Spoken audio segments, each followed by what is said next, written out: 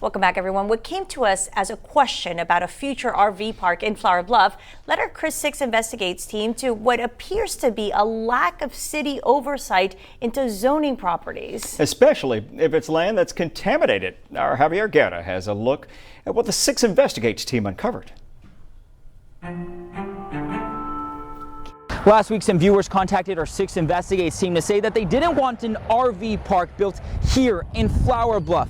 While looking into the matter, we found out that this property used to be a gas processing plant and a storage site for tank batteries. Chemicals from the plant and buried tanks could be dangerous to people's health. The planned RV park would be built over 4 acres of land off Laguna Shores Road and Graham Road, less than a mile from the HEB Plus in Flower Bluff. In order for that RV park to be built, the city must first rezone the property from heavy industrial to recreational vehicle park district. The city approved the first reading of the zoning change last month, and the second vote is Tuesday. But no one making the decision knew about it in the first place.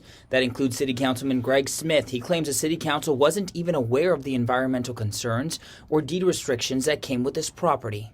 And how did y'all get alerted to the deed restrictions? Channel 6. Our 6 Investigates team made Smith aware of the issue last week, just days before the second vote is expected. It gives us a time for a pause and to address the fact that this property has some very stiff deed restrictions on it concerning the environmental condition. We provided Smith with a copy of the deed. It was the first time he had seen it. There's a number of remediation efforts that needs to be done on it.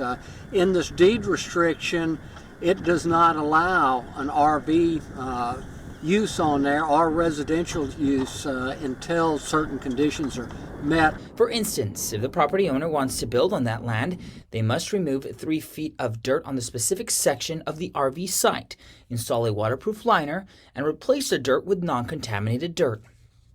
We found something else. Councilman Smith says the city does not even review deeds when rezoning properties, but should start taking a closer look when rezoning industrial properties. I think when we have heavy industry on there, we probably ought to look a little bit tighter with it and check and see if there's any known conditions on there before we go and change from heavy industry to a residential type of use or RV apartments, something that people are living there. We did receive 2 calls to our 6 Investigates line from people opposing the RV park.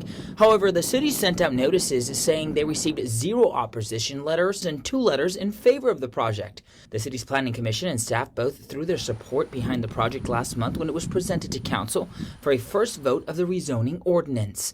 Javier Guerra, Chris 6 News. Chris 6 did reach out to the developer late last week via phone about the status of the cleanup. We're waiting to hear back from him. In the meantime, we are investigating the city's policy regarding zoning property. And Councilman Smith says that the council will consider this new information that we uncovered when the council meets tomorrow.